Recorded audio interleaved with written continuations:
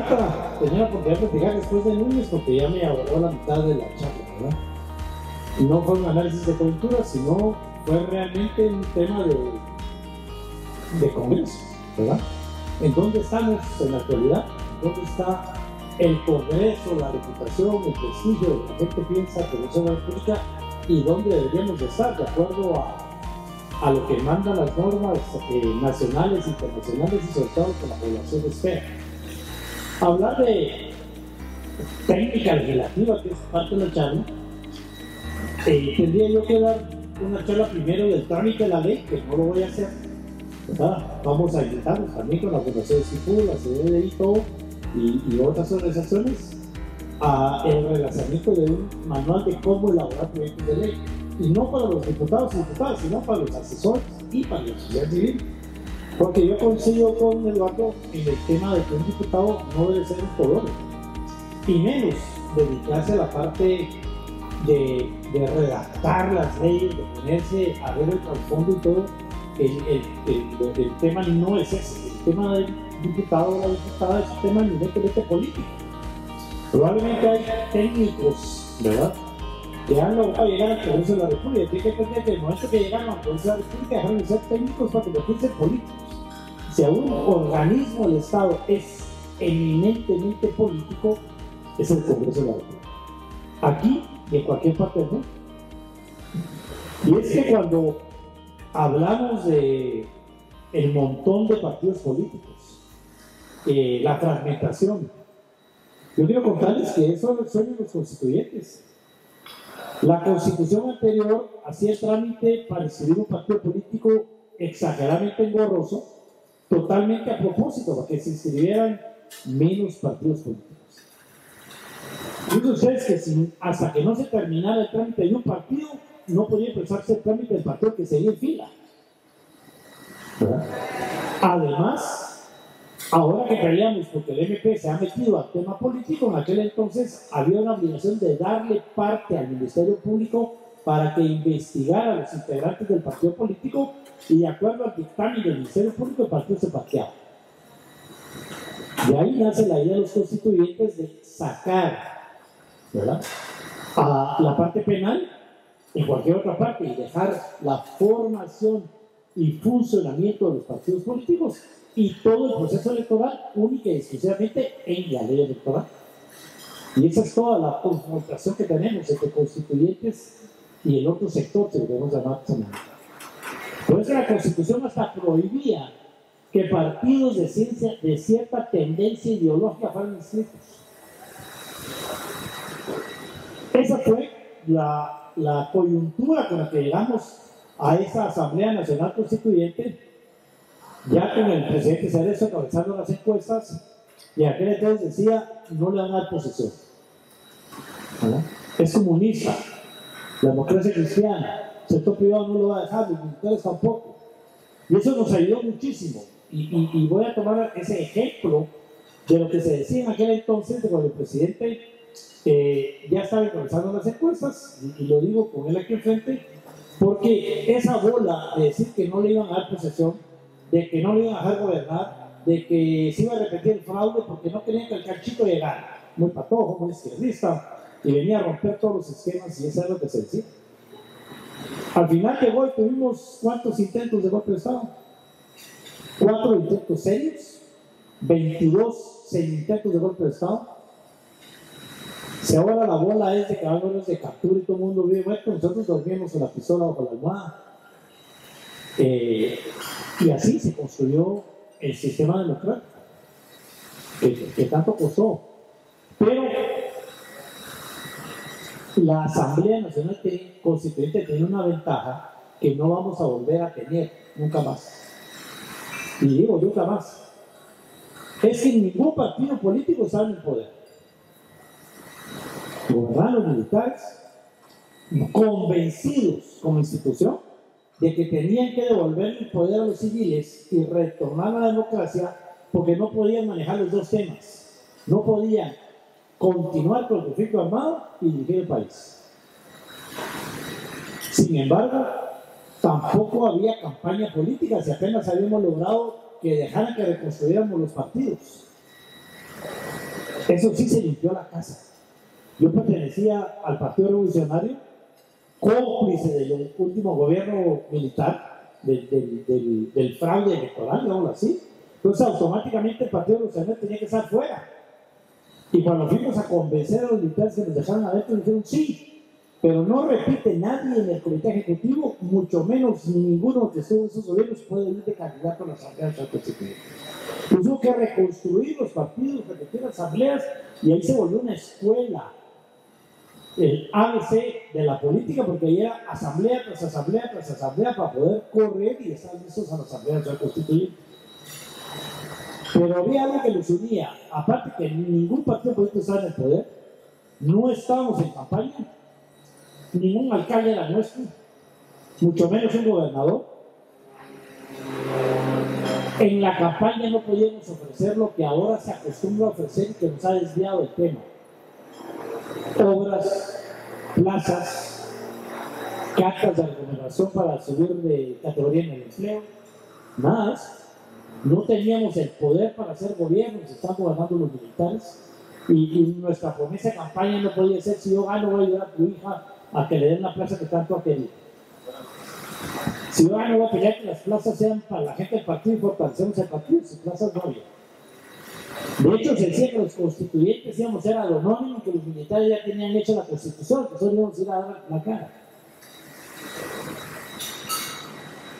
¿Por qué la gente votó por un ischo, como dicen allá en mi pueblo, de 22 años de edad, en un departamento como Jutiapa, que era de derecha, candidato por el Partido Revolucionario, que solo podía llegar a decir: prometo que va a ser una buena constitución? Y ese era todo el tema, ¿verdad? No había otra cosa que prometer, porque la lucha era ideológica, no era un tema de partidos, no era un tema de plazas, de obras, de promesas de campaña. El 88% de la población salió a votar, y votaron como éramos en aquel entonces, ¿sí? La izquierda, que no estaba en la montaña, y que el pueblo en la unidad hizo la izquierda sentada ahí, ¿verdad?, de la democracia cristiana, obtuvo como un más o menos 25% en el occidente del país, donde estaba realmente el conflicto armado en lo peor, ¿verdad?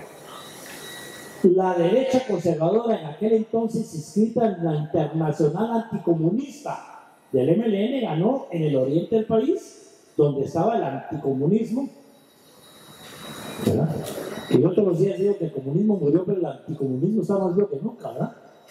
El anticomunismo estaba ahí, en ese 25% también representado en el oriente del país. Pero ya en el mundo, cansados de esa confrontación de la derecha contra la izquierda, de la Guerra Fría, aparece lo que se llamó la tercera vía. Nace en Inglaterra, que nació el Congreso, y la tercera vía aquí en Guatemala se tradujo en el centrismo. Ni a la izquierda ni a la derecha vote centro. Y ese centro, esa UCN de Jorge Carpe, la UCN original, ganó en la capital, en las cabeceras departamentales, porque fue el primer partido mediático. Con el perdón de Jorge, que paz descanse, él vino a mediatizar la política y pasó de lo ideológico a lo publicitario en la Asamblea Nacional Constituyente y en la próxima elección. Eso encareció las campañas. Conoces mi tema era técnica legislativa, pero ya la dio Núñez, ¿verdad? Mire, hablar del trámite de la ley, lo van a tener que estudiar, lo van a tener que vivir. ¿Quién tiene iniciativa de ley? ¿Por dónde entra? ¿Cómo llega? ¿Quién la manda a la Secretaría Legislativa? ¿Quién decide que vaya al Pleno? En el Pleno, ¿quién decide a qué comisión va? ¿Cuál se ve primero? ¿Cuál no? Cuando está en comisión, ¿cuánto tiempo hay para que venga el dictamen de regreso? Cuando viene de regreso, si es a favor o es en contra. Toda esa parte que es el trámite de la ley, que está perfectamente en la ley orgánica de la Constitución, pues ese uno yo no la puede cambiar. Y realmente no es malo el trámite de la ley, todo lo contrario. De hecho, en esos cambios se han hecho. La técnica legislativa es otra cosa. ¿Cuándo yo intervengo? ¿Cuándo no intervengo? ¿Cuándo paro la ley? ¿Cuándo no paro la ley? Con el respeto, pero eso nos toca como analistas hacer un poco críticos, ¿verdad? nosotros pasamos por el mismo problema que teníamos ahora de no querer pasar un presupuesto y estando yo el presidente del Congreso, el partido de oposición, que el Partido Patriota, presentó enmiendas a todos los artículos del proyecto de presupuesto. Pero además presentó por escrito solicitud de la palabra a cada una de las enmiendas y solicitud de la palabra para justificar, digamos, el voto razonado después de que no se aprobara la enmienda, y el uso de la palabra con la enmienda ya aprobada o con el artículo ya aprobado con o sin enmienda. No nos alcanzaba el mes para aprobar el presupuesto. No les voy a contar qué hicimos para lograrlo, totalmente legal, pero no hubiéramos podido hacerlo. ¿Qué se llama eso? Esas son técnicas legislativas. Y en serio, en esa época nos tocó enfrentar un partido patriota que sabía hacer oposición, que se organizaba realmente con el tema siguiendo el trámite de la ley, y eso obligaba a que la discusión parlamentaria se diera realmente. Quitar el uso de la palabra, el imponer esos temas, no se daba. Y el no hacerlo, no respetar el trámite de la ley y no respetar las técnicas parlamentarias, tiene hoy a los congresos del mundo, no solo los de aquí, ¿verdad? No es personal, sino es generalizado en ese desprestigio de que el Parlamento dejó de ser eso, el lugar para hablar. Vamos a seguir como dijo Núñez, ¿verdad? Muchos partidos políticos, muchas bancadas representadas en el Congreso, porque fue el sueño de los constituyentes. Distritos electorales enormes, método de fondo para el conteo de votos, con la intención de que la minoría esté representada en el Congreso. Por lo tanto, no sueñen, como la gente dice, deberían de ser pocos partidos. El sueño era que fueran muchos. Eso va a seguir, que siga, para que todo el mundo esté representado, y por eso es que el Congreso es el organismo eminentemente político, porque ahí están representados todos los partidos, ahí está representada la minoría, la mayoría, y sobre todo están representados en teoría todos los sectores. Si entendemos eso, paso a este otro tema que para algunos, perdón, porque se han cansado de ver. Eso que yo llamo la mesa de negociaciones no es mía, es la técnica de negociación de la Universidad de Harvard, los 7 elementos, y lo adaptamos dependiendo del tema. Y eso es lo que toca, ¿sí? Pero lo decía bien Núñez, lo primero que cada quien tiene que hacer es definir cuál es su interés. ¿Por qué llegaron al Congreso de la República? Buenos, malos, sanos, no sanos. Pues desde la mañanita, cuando nos despertamos, decimos me levanto o no me levanto, y es una negociación con uno mismo. Y dependiendo del interés que uno tiene, se levanta o no se levanta. Para satisfacer esos intereses tenemos que usar opciones, y esas opciones es lo que Núñez habló de legitimidad. ¿Sí? Es para yo alcanzar mi interés, qué opciones tengo para lograr llegar a ellas y cómo respaldo legítimamente las opciones que tengo. Eso es a lo que nosotros llamamos en este círculo la mesa de negociaciones. Y lo hacemos en un círculo porque decimos ese método de que la mesa tenga cabecera, ese método de hablar del otro lado del escritorio, ese método de hablar de arriba hacia abajo, se murió.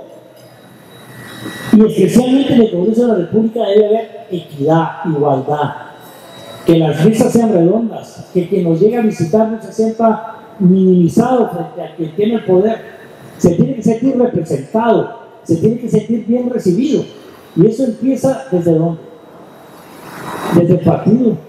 Si los peores líos que uno tiene en política empiezan en su propio partido, cuando uno llega a la campaña ya llega agotado de los líos que tuvo en el partido. La negociación es permanente. La vamos a enfrentar todos los días de nuestra vida y en cada paso que damos. ¿Cómo enfrentarla a ese reto? ¿Improvisamos o tenemos un método? El método ayuda de manera más fácil, puede ser este. Y la diferencia entre el método de Harvard, que es el que nosotros usamos, con Yale, que nos lleva siempre la contraria, es que nosotros hablamos de cómo negociar sin ceder. Porque quien cede, tarde o temprano reclama lo que se dio. En Yale y otras universidades dicen, hay que ceder un poquito para negociar, entiende. Lo que seremos tarde o temprano lo exigimos. Tenemos que encontrar cómo satisfacemos nuestros intereses buscando opciones legítimas para hacerlo. Pero aquí regreso a lo que decía Núñez, creo que hemos perdido. Antes de sentarnos a la mesa de negociaciones, tenemos que hablar de comunicación. Creo que no hay, ¿verdad? No hay comunicación interna en los partidos políticos, se busca jerarquía, seguimos con partidos que tienen dueño, no son realmente una democracia. Hemos perdido, y aquí me autocritico, yo me sigo considerando, me voy a considerar todavía un político nato, un político de herencia, de sangre, y que no sé hacer otra cosa y si me sé hacer algo mal. De manera que tenemos que tener bien claro que el político que no sabe transmitir lo que piensa, pero que no sabe escuchar, que no se sabe comunicar, que no sabe dialogar, que busque otro empleo. No es realmente político. Pero también hay otro tema que tenemos que trabajar muchísimo si queremos hablar de negociación, es hablando de la técnica parlamentaria, ¿sí? La relación. ¿Cómo punto, eh? Relaciones con la confianza. Y para mí es el tema que más hemos perdido. La población no cree en nosotros y nosotros los políticos. Se ha perdido la confianza de la población. Cuando a mí me contrata para ir a negociar a algún lado, de entrada la gente no quiere negociar conmigo por político. Me va a estafar, me va a engañar, me va a cobrar. La percepción de la clase política en este país es mala. Pero además es mundial, no estamos criticando el país, la percepción de la clase política en el mundo. El problema de los congresos es mundial, la falta de representación es mundial. Y hay que hacer cambios profundos, pero si no trabajamos en esa comunicación para evitar la confrontación en la que estamos, si no nos dedicamos a trabajar esa relación que produce confianza, si no trabajamos en esos dos temas, no podemos sentarnos a la mesa de negociaciones para satisfacer nuestros intereses. Intereses que tienen que tener definidos antes de tomar posesión. ¿Por qué los tienen que tener definidos antes de tomar posesión? Porque si su interés es llegar lejos en el partido, ¿verdad? Se van a ir a esa instancia de jefes de bloque que yo detesto y ya les voy a explicar por qué, como despedida. O se va a ir a junta directiva. Pero si lo que quieren es representar al sector que cree que les dio los votos, pues escojan la comisión que les va a ir a aclarar esos votos. Yo no tuviera la amistad que tengo con Oquito Cerezo si no hubiéramos trabajado los temas ambientales. Los usamos de experimento, ahora son leyes y ahora son una realidad por haber experimentado con esos procesos. Pero depende otra vez de los intereses de cada quien. No podemos hablar de negociación, no podemos hablar, si no conocen el trámite de la ley, si no conocen de técnicas parlamentarias, no podemos pasar a negociación. Pero no podemos hablar de negociación si no tienen claros sus intereses. Seamos honestos, ya los partidos están divididos en dos, en tres. Los dirigentes están desaparecidos. A los que perdieron la campaña no quieren ni verlos. Empecemos por ahí. Y les explico, con todo respeto, la reforma a la ley orgánica del Congreso que creó la instancia de jefes de bloque fue la responsable de debilitar a los partidos políticos y ustedes lo están viviendo ahorita. Hoy no manda el secretario general del partido a menos que sea diputado. Manda el jefe de bloque. Porque ahí está la cocina, ahí es donde se hacen las cosas. Y el secretario general del partido, a menos que sea un partido con mucha plata o un candidato que tiene posibilidades de ganar, que los puede seguir financiando, no cuenta y no vale. Y el poder se traslada al Congreso de la República y los intereses de los diputados y las diputadas están por encima de los intereses del partido. Fue esa instancia la que vino a quitar el papel del comité ejecutivo del partido, que ya ni se reúne para el gasto. Solo si tenemos una buena comunicación y una buena relación podemos entrar a la negociación. Ahí tengo que pensarlo. ¿Sí? Mire, tenemos que encontrar la forma de negociar y ponernos de acuerdo, o de lo contrario nos vamos a tener que ir por nuestra alternativa, que es pavorosa, que es seguir como estamos, con congresos desprestigiados, con una clase política en general, no solo en el Congreso, sino en cualquier parte los políticos somos mal vistos, ¿sí? Con falta de credibilidad, con falta de legitimidad y sobre todo peleándonos entre nosotros y nosotros los políticos, cuando somos la minoría. La mayoría es esa población que ve con miedo cómo nos peleamos entre nosotros, con miedo y con desconfianza, y que va provocando ese desgaste. No nos podemos ir por esa alternativa, que fue lo que provocó que le entramos al acuerdo de paz, porque la alternativa era seguir en el conflicto que era favorable. Lo que tenemos que conseguir, y de eso se trata el tema de la negociación, es un compromiso. Compromiso que ustedes lograron en el momento que votaron por ustedes. La alternativa era otra candidata. Entonces, una buena comunicación, generar confianza, decir que nosotros vamos a representar los intereses de ustedes en el Congreso, presentamos opciones en la campaña legítimas, hicieron que la gente se comprometiera con nosotros votando por nosotros. Pero de lo contrario, estuvieran sentados ahí la alternativa de la población, que es otra. El sistema funciona para todo, pero todo depende de cuál es su interés. Quedarse en el Congreso, quedarse haciendo qué, representando a quién, al partido gobierno, a su partido político, a sus intereses personales.